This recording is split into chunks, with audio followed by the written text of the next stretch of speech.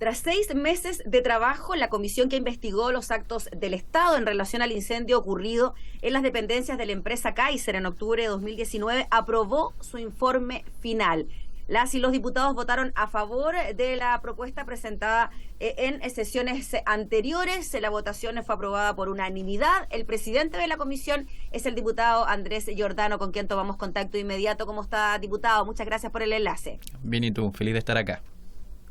Habíamos tenido la posibilidad, diputado, de conversar en otro programa sobre la indagatoria que se estaba llevando a cabo en esta investigación. Y claro, los datos, los hechos, los acontecimientos son bastante crudos, en su momento también bastante dramáticos. Y claro, los familiares que estuvieron presentes durante la jornada en que se votó este informe también hablaban un poco de eso. Yo quería partir con eso, diputado, sobre lo que significó para ustedes esta indagatoria en términos de lo dramático que pudieron ser los antecedentes. Bueno, efectivamente fue una comisión que duró más de 6 meses en tiempo real, lo que se extendió por su mandato y por sus prórrogas que fueron aceptadas también por los miembros, y que permitió revisar con absoluta crudeza todos los antecedentes que tenía a disposición el Ministerio Público, pero que también tenían otras partes interesadas que fueron, yo diría, muy relevantes para esclarecer ciertos hechos y para indagar sobre cuestiones que generaban contradicciones, sobre todo con el actuar de distintos organismos del aparato del Estado en relación a la persecución del delito y de los hechos que estaban detrás de esta tremenda tragedia que remeció a la comuna de Renca. Tuvimos acceso a la carpeta investigativa, fue exhibida por el Ministerio Público, tuvimos acceso además a videos grabados por periodistas que pudieron acceder al sitio del suceso pocos días después de que ocurriera el incendio que dejó a 5 víctimas fatales, y la verdad es que la comisión fue tomando distintos rumbos en la medida que fuimos realizando varias comisiones secretas, varias sesiones secretas, a propósito que existe una investigación penal en curso y que por supuesto nosotros no queremos suplantar el rol de la justicia y entendíamos que habían antecedentes delicados que había que resguardar de su publicidad, pero eso nos permitió ir generando un convencimiento, y yo creo que esto es lo más relevante, muy transversal, de que acá habían irregularidades, de que acá no se actuó con la debida diligencia desde distintos organismos del Estado, y de que efectivamente el poder legislativo tiene que tomar cartas en el asunto, porque se pudo haber obrado distinto, y la verdad es que uno no puede hacer vista gorda independiente de las situaciones y circunstancias excepcionales que se esgrimieron para que efectivamente finalmente ocurrieran estas negligencias o actos y omisiones directas por parte del Servicio Médico Legal, por parte de Carabineros y también por parte del Ministerio Público. Diputado, cuando usted nombra a estos organismos del Estado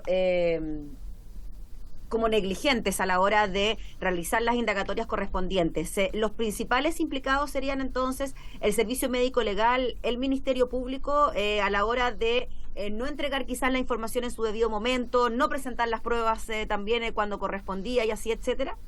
Sí, mira, hay hechos de la causa que fueron totalmente acreditados y que se encuentran contenidos en el informe que se aprobó transversalmente, como digo, desde el Partido Comunista al Partido Republicano, pasando por todas las sensibilidades que tenían representación en esta comisión. Entre otras cosas, detectaron, por ejemplo, que el Ministerio Público no puso a disposición todos los recursos para poder investigar, y de hecho la mayoría de las diligencias que se echaron a andar en el último tiempo fueron con posterioridad a que nosotros ingresáramos y empezáramos a sesionar con la Comisión Especial Investigadora. Es decir, fue la propia comisión la que generó el hito político para que luego de 3 años donde la causa estaba inmóvil se comenzaran a realizar varias de las diligencias que además incluyeron la exhumación de 2 de los cuerpos que venían siendo solicitadas por las familias. Pero además habían antecedentes a las que las familias ni sus defensores, sus representantes legales, querellantes, no habían podido acceder originalmente. Entre ellos un informe planimétrico que es fundamental porque es el informe que permite localizar a las víctimas en el sitio del suceso para poder tratar de reconstruir qué fue lo que les llevó a estar en ese preciso lugar y finalmente perder la vida en estas extrañas circunstancias. Pero además del Ministerio Público y de distintas cuestiones que dicen relación con quizás no actuar con los tiempos y la debida diligencia que requiere el acceso a la justicia, y sobre eso además la Comisión se pronunció duramente, incluso instruyendo al Ejecutivo, ¿no? O recomendando al Ejecutivo avanzar en la creación de una institucionalidad pública que pueda prestar asesoría a víctimas en casos penales, donde sabemos que además que es un proceso muy tortuoso y muy doloroso, es un proceso que además es caro y es muy discriminatorio, y finalmente termina evidenciando que existen 2 justicias, una que opera rápidamente para quienes tienen los recursos y otra que no. Pero dejando el Ministerio Público de lado, está también la situación del servicio médico legal, donde ocurrieron un sinnúmero de faltas, podríamos decir, a los procedimientos internos, desde el levantamiento de los cuerpos, donde quedaron restos orgánicos, pertenencias aparentemente de algunas de las víctimas. Después pudimos ver en videos de prensa donde se encontraron estos restos, una llave, por ejemplo, y un resto de un pantalón adherido al suelo, que finalmente esa llave, en el video al menos se apreciaba que encajaba con un candado de una de las víctimas. Es decir, teníamos una situación absolutamente negligente y ni Carabineros ni el Servicio Médico Legal fueron capaces de decirnos quién era el responsable finalmente de garantizar que el levantamiento de los cuerpos se realizara según norma. Pero además, después cuando se exhumaron los cuerpos, entre otras cosas, hay un sinnúmero de cuestiones, podríamos estar hablando todo el día de la serie de irregularidades procedimentales, entre ellas llamaron a las familias equivocadamente, les entregaron información errónea respecto de sus seres queridos. Luego, cuando fueron exhumados los cuerpos se encontraban en bolsas de basura dentro de los ataúdes. Y eso no solo afecta la dignidad humana de las personas, y por supuesto es muy doloroso para las familias, sino que incluso para el procedimiento que vino después, ahora 3 años de ocurridos los hechos y más,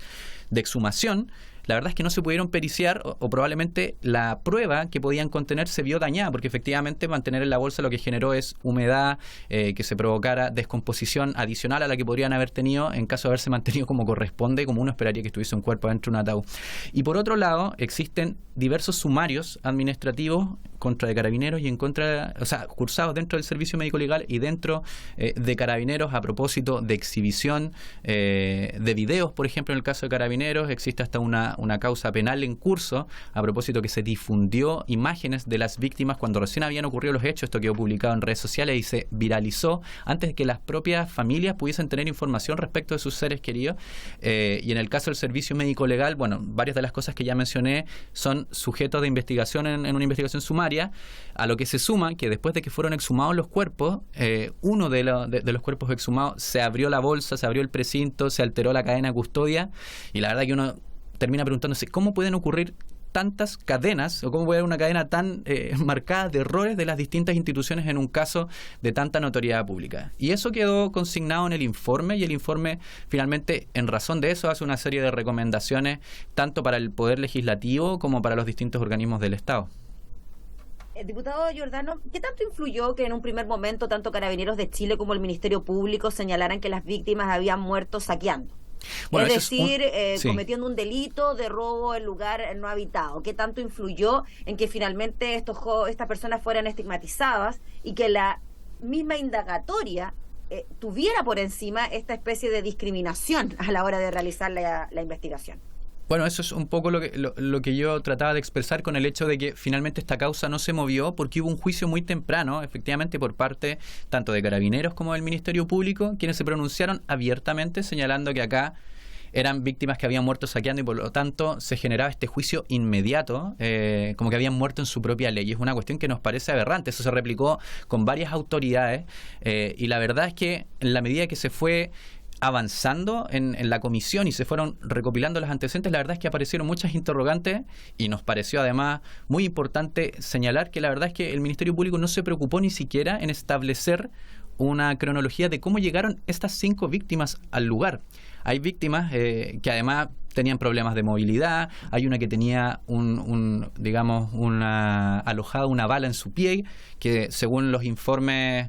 del Servicio Médico Legal, además había ocurrido este impacto de bala pocas horas antes de su muerte y eso no está explicado. Hay reportajes y registros audiovisuales que muestran bidones de acelerante en el recinto donde efectivamente se provocó el incendio y la verdad que hasta el día de hoy nadie explica las causas del incendio. Entonces, ese prejuicio que aparece inicialmente impide o de una u otra manera genera un sesgo de confirmación por parte de las autoridades a cargo de la persecución penal, donde ellos se convencen de una tesis inmediatamente de que esto ocurre durante la comisión de un delito y la verdad es que no se abordan todas estas aristas que son importantísimas. Otra arista que no se abordó, por ejemplo, es investigar el seguro que cobró la empresa Kaiser a propósito de este incendio, que es un seguro multimillonario. Entonces son cuestiones que uno dice, evidentemente si esto hubiese ocurrido en una comuna distinta, si esto no fuera una comuna popular, si esto hubiese ocurrido en la dehesa, probablemente las diligencias hubiesen sido muy distintas y es lo lamentable, ¿no? Que uno termina